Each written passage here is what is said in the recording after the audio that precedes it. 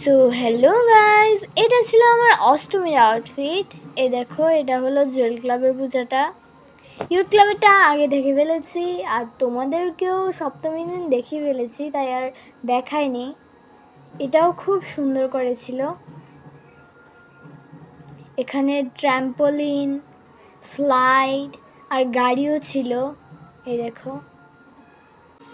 এই দেখো এখানে একটা রাম আর লক্ষ্মণের মূর্তিও ছিল, খুবই সুন্দর, রথের উপর দাঁড়িয়ে রয়েছে।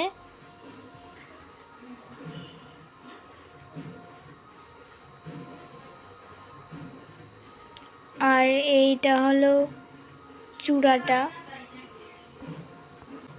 এখানে কয়েকটা ছবি তুললাম। এখন যাচ্ছি মূর্তি দেখার উদ্দেশ্যে। তো চলো দেখা যাক।